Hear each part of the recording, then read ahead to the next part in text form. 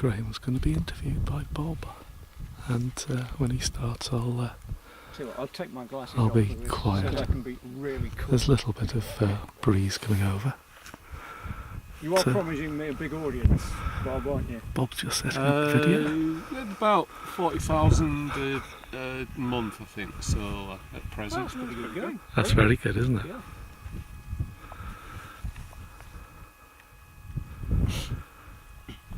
Right. Are you going to put this on your website when we get the result from Yeah, the it'll take me a while survey? to edit it and everything anyway, so Yeah. yeah, it's going to take a while. Right. Okay, so first things first, if you look to me rather than at the camera, Yeah, okay. what's your name? My name's Graham Jackson and I'm one of the 3 members of G&J Surveys. Just explain to me why we're spending 4 hours on top of the hill in Cumbria, Graham. Well, other than because we're totally bonkers. When we came up here a few months ago to measure the height of Renwick Fell, we got a result of 609.65 metres, which is very close to 2,000 feet. Now, we've been advised by our contact at the Ordnance Survey to come back and collect another 4 hours worth of data, and that gives us the best chance of getting a definitive height for the hill. Now you've been to the hill behind your shoulder there previously. What's that called? That's Watch Hill. Watch Hill. And what did you discover about Watch Hill? Well, the reason for doing that one was that it had entered the list of the Deweys. Those are the 500 metre plus hills with 30 metres or more of drop. And it was very close to being 30 metres of drop. So we wanted to go along and check that, which we duly did. And we did that using a line survey with the Levelland staff. And what made you come to this particular hill rather than any other hill in Britain? Well, within the database of British Hills, we come up with many candidates for surveying, and we'd been promising ourselves to come up to this area for quite a while because in addition to Thack Moor, which is very close to 2,000 feet, we've got Watch Hill behind us, which was very close to the Dewey borderline criteria, and another hill further back, which is just out of sight of the camera at the moment, called Benty Hill, which again was very close both on height and on drop to the Dewey criterion. So there was a reason for coming up here to do 3 hills very close together, and it took us a couple of days to do that. You did that last year? And that was last year, yeah. You've got a new tie, I understand, on that stick over there. What's that thing then? We did have, we still do have a Leica 530, which is a couple of generations back from that one, and it was a very trusty workhorse. We'd had it since 2008, but last year it started to play up. It was telling us that the batteries were running down when they weren't, and we found out that the power circuits that deliver the power from the batteries to the unit were failing on us. So that really prompted us to look further afield and to look for a new instrument. So we duly acquired the wee beastie behind us. What's it doing at present then? At present it's sitting there and it's collecting data. It's just started collecting data, so we've got 4 hours to look forward to up here while it gets enough data for us to be able to get that definitive height measurement. Those data are coming from where exactly?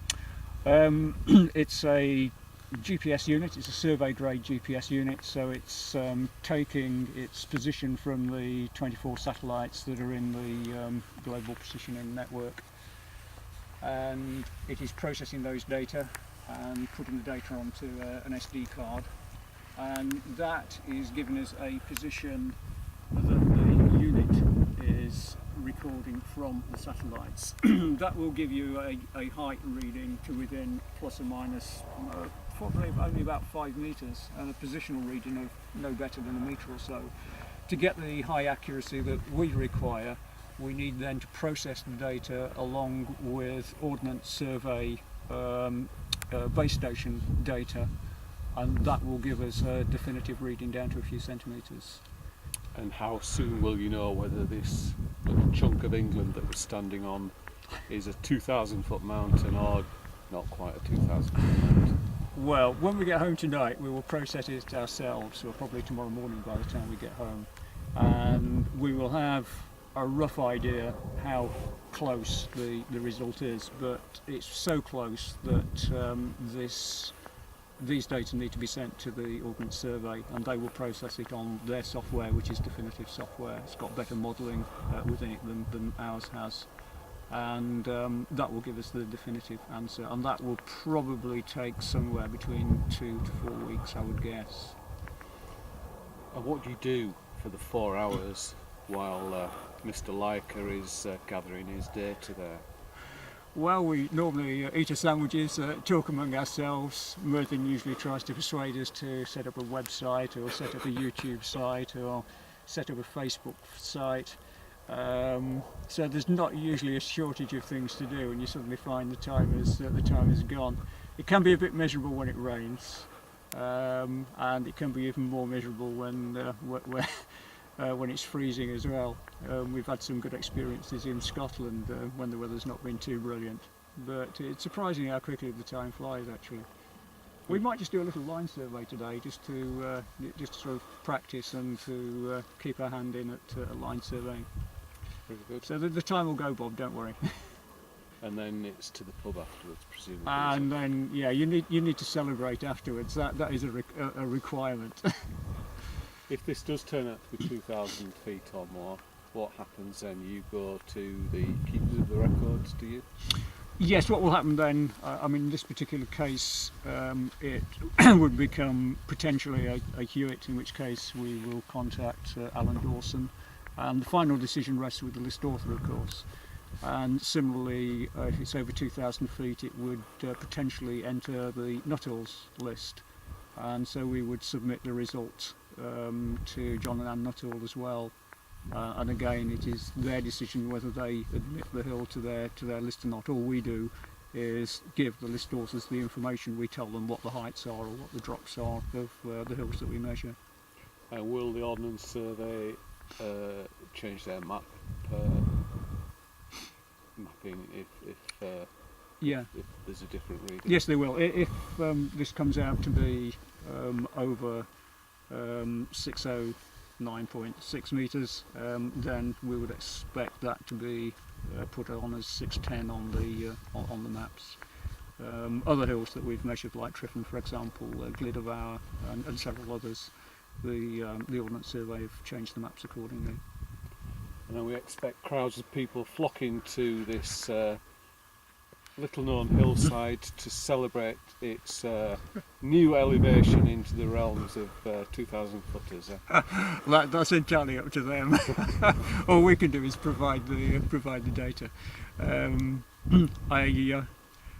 don't know how much it actually affects people's hill-going activities. It's entirely up to people what they want to do.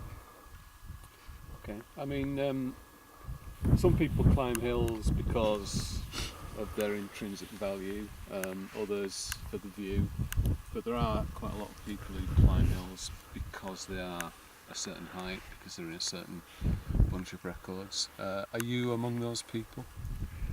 I suppose I am. I mean, I've done the Munros, Corbett's and stuff like that.